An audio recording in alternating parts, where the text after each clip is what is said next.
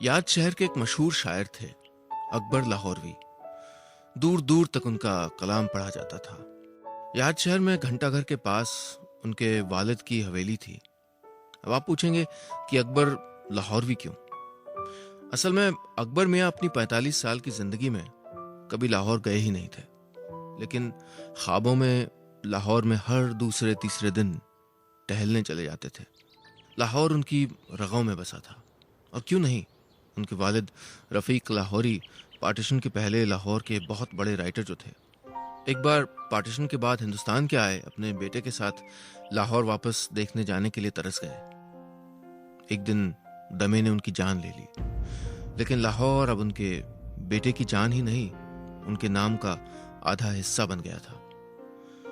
मुझे पता नहीं कि आपको मैं ये इतनी लंबी राम कहानी क्यों बता रहा हूं। असल में अकबर लाहौरवी का एक अनदेखे शहर के लिए प्यार, इस जज्बे में कुछ बड़ा खूबसूरत, बड़ा मिस्टीरियस, बड़ा रहस्यमय लगा था मुझे। जैसे एक ऐसी दिलरुबा जिससे जिंदगी भर प्यार किया हो और उसका चेहरा न देखा हो। दिलरुबा से याद आया, मैंने सुना था कि अकबर लाहौरवी बड़े दिलफेंक किस्म के थे अपने वक्त में। हो क्यों नहीं, ये वो टाइम था ना जब न रियलिटी शो थे, न हर दूसरे हफ्ते एक चमक धमक भरी फिल्म रिलीज होती थी, न शॉपिंग मॉल थे। सो लोग दिल बहलाने के लिए शायरों की भी कदर कर लिया करते थे।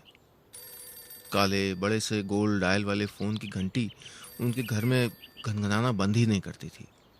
ऑर्गेनाइजर, पत्रकार, मुरीद, जिसको नंबर मिलता फोन घुमा देता था। लेकिन अब बहुत बरस बीत चुके थे। अकबर लाहौरवी की शायरी तो रिटायर नहीं हुई थी, लेकिन शायर को रिटायर हो जाना पड़ा था। अब न मुशायरे होते थे, न बुलावे आते थे। लोकल टीवी सीरियल में कभी कभी डायलॉग लिख के गुजारा हो जाता था। आज उस रिटायर्ड शायर के घर में डायल वाला नहीं, बटन वाला फोन बज रहा था। उन्होंने उठाया, कहा हेलो। किसी मोहतरमा की आवाज आई, हेलो। अकबर लाहौरवी बोले, कौन साहिबा बोल रही हैं? उन्होंने कहा, मुझे आपकी आवाज बहुत खूबसूरत लगती है। मैं कभी कभी सिर्फ आपकी आवाज सुनने के लिए फोन कर सकती हूं क्या? मर्दों की उम्र का उनकी फितरत से कोई खास रिश्ता होता नहीं है। वो चाहे जितने उम्र दराज हो जाएं, अटेंशन पाने की उनकी चाहत कभी कम नहीं होती। अकबर लाहौरवी साहब को शाम के 7 बजे किसी बेबाक लड़की का फोन आया था और उनकी बेबाकी ने एक बेबाक शायर को कुछ पल के लिए खामोश कर दिया था। तारीफ तो पहले भी बहुत लोगों ने की थी, लेकिन इतनी ईमानदारी से कभी नहीं। उन्होंने फोन नहीं रखा, बात चालू रखी। आवाज से लड़की की उम्र या इरादे दोनों का कुछ साफ साफ पता नहीं चल रहा था। आवाजों में कितने राज छुपे रहते हैं। उम्र की तपिश, तकलीफों को सहने और ना कहने की कशिश। आवाजें चेहरा ही तो होती हैं हमारा। चेहरे झूठ बोल जाते हैं, आवाजें अक्सर सच कहा करती हैं। इस उम्र में जब शायर भी थक चुका था और उसकी शायरी भी, जब न शोहरत बची थी न सेहत, इस उम्र में ये कौन थी जो उन्हें फोन कर रही थी और क्यों? खैर, राज जल्दी ही खुल गया। वो बोली, मेरे और आपके बीच एक साझा रिश्ता है, लाहौर का। मेरे नाना जी वहीं से थे। बस क्या था, मोहतरमा ने ट्रम्प कार्ड तो चल ही दिया था। शायर साहब की कॉलर साहिबा से बातचीत शुरू हो गई। कॉलर साहिबा की शर्त थी कि वो नाम, उम्र, पता, कद, ये सब जाती सवाल नहीं करेंगे। और हाँ, एक और शर्त कि वो जिस भी बारे में कहें, शायर साहब को उस पे शेर बना के सुनाना पड़ेगा। एक सुबह फोन आया, शायर साहब सुबह पे शेर पढ़िए, 15 मिनट में फोन करती हूँ। ठीक 15 मिनट बाद जब फोन आया तो शेर तैयार था। अकबर लाहौरवी साहब ने कहा, अर्ज क्या है? सुबह के चुपके घर में आने का ये क्या अंदाज, हो ना हो दबे पाऊं ये आई है, कोई है राज हो ना हो। कहाँ थी रात भर सुबह, जरा इससे कोई पूछे। कहाँ थी रात भर सुबह, जरा इससे कोई पूछे। शर्म से मुस्कुराई है, कोई है राज हो ना हो। सुबह के चुपके घर में आने का ये क्या अंदाज हो ना हो। कॉलर साहिबा ने कहा, वाह वाह, आज से आप मेरे शायर ऑन कॉल हैं। बड़े बड़े इनाम मिले थे अकबर लाहौरवी को आज तक, लेकिन आज जो खिताब मिला था वो सबसे नायाब था, शायर ऑन कॉल। सच कहूं तो शायर साहब को इस खेल में धीरे धीरे मजा आने लगा था। कॉलर साहिबा ने फोन करके बोला, बारिश पे लिखिए। शायर साहब ने लिखा, ये बारिश जितना भी बरसे मुझे ये छू न पाएगी।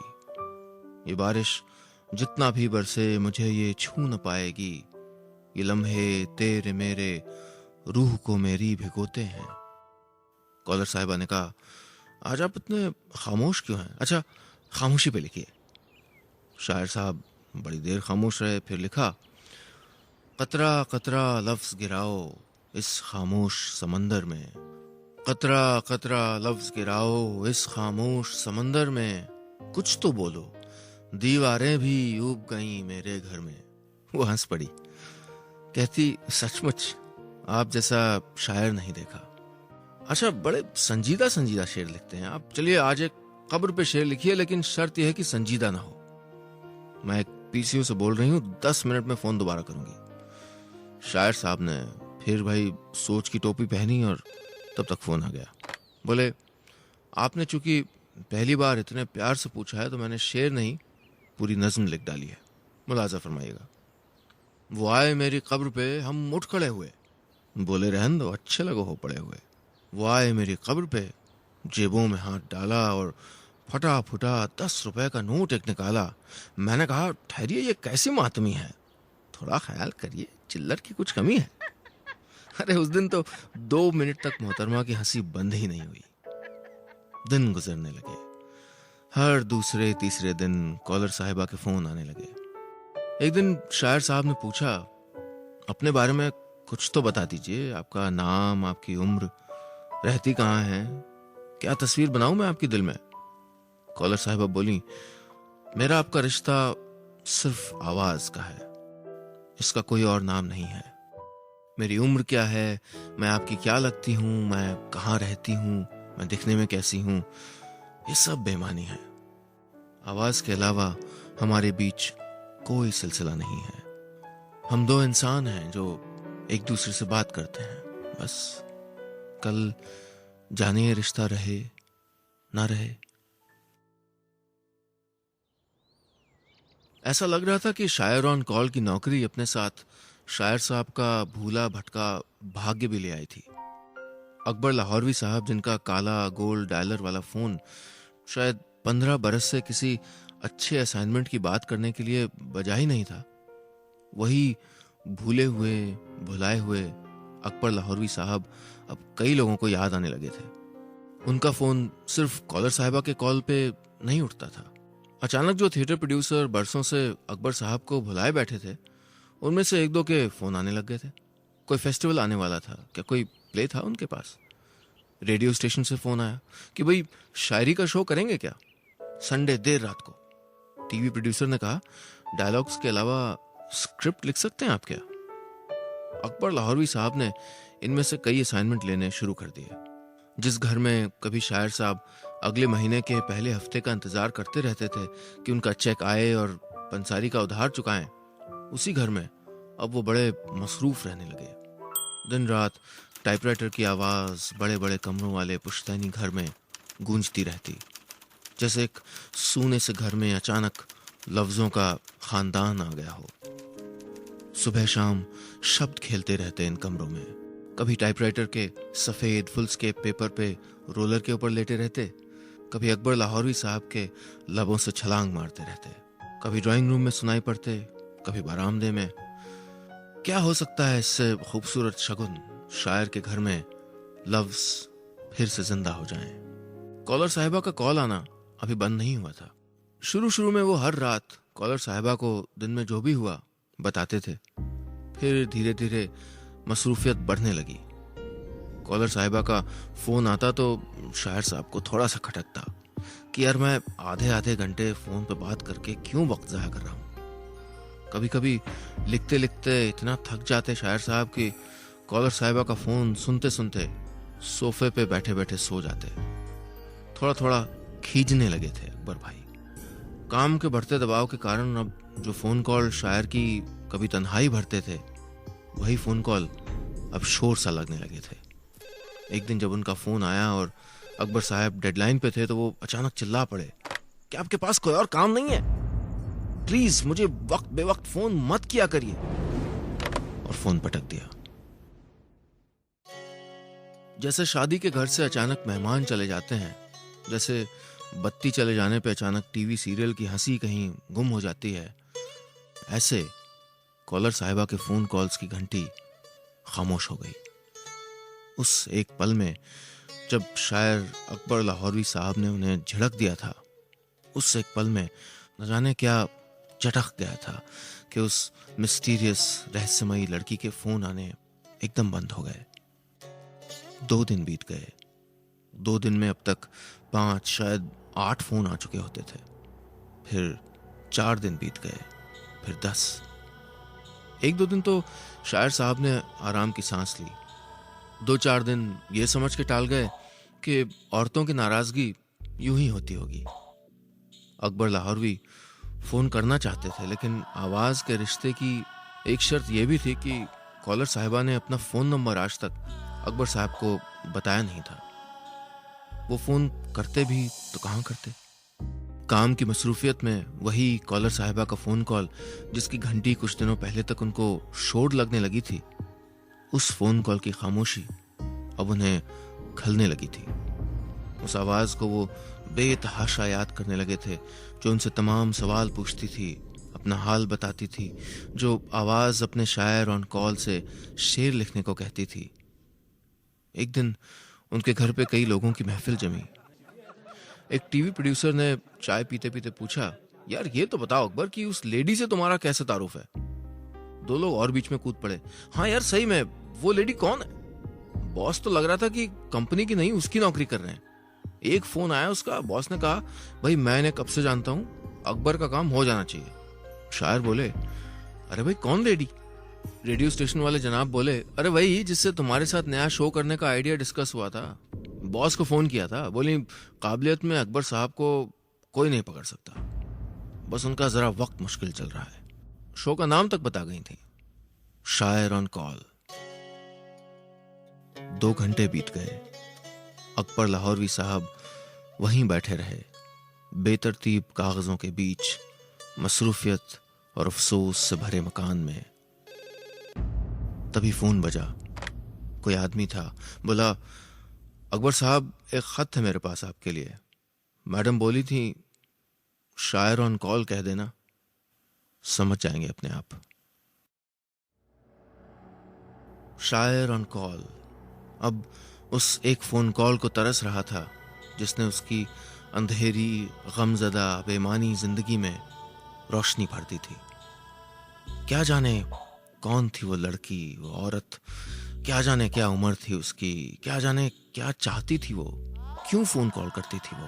लेकिन अब अकबर लाहौरवी ने उसे अपनी जिंदगी से चले जाने को कह दिया था और वो चुपचाप उनकी बात मानते हुए कहीं चली गई थी। बिना ये बताए चली गई थी कि अचानक उनकी खाली जिंदगी में जो मसरूफियत आ गई थी, काम आ गया था, वो भी उसी की वजह से आया था। रात गहरा रही थी। जिस आदमी का फोन था उसने उनसे घंटाघर के बाहर आके खत ले लेने को कहा था। अकबर लाहौरवी घंटाघर पहुंचे। बारिश के बादल गहरा रहे थे, कहीं दूर बिजली कड़क रही थी, ट्रैफिक कम हो रहा था, लोग घर जाने की जल्दी में थे।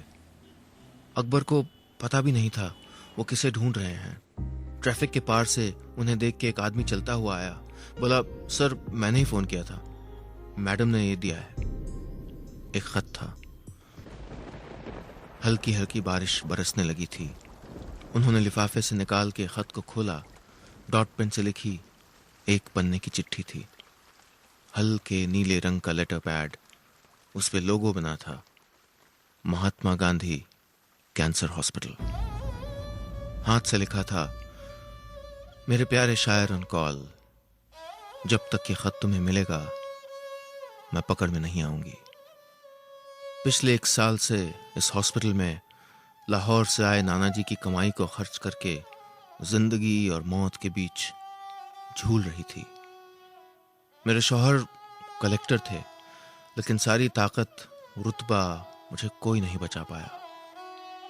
कैंसर लाइलाज नहीं होता, लेकिन एक बेवफा शौहर की बेवफाई लाइलाज होती है। अस्पताल के प्राइवेट वार्ड में मौत का इंतजार आसान नहीं था, तो जब नर्सें बदलती थीं तो चोरी से मैं एक रॉन्ग नंबर डायल कर लेती थी। एक दिन तुम्हारा नंबर मिल गया और मेरी जिंदगी बदल गई। जितना वक्त तुम्हारी आवाज के साथ गुजरा खूबसूरत था, उसका शुक्रिया। गुस्ताखी माफ। जाते जाते मैंने भी अपने शायर ऑन कॉल के लिए एक शेर लिखा है। आधी अधूरी मुलाकात मेरी, पूरी न होगी कभी बात मेरी।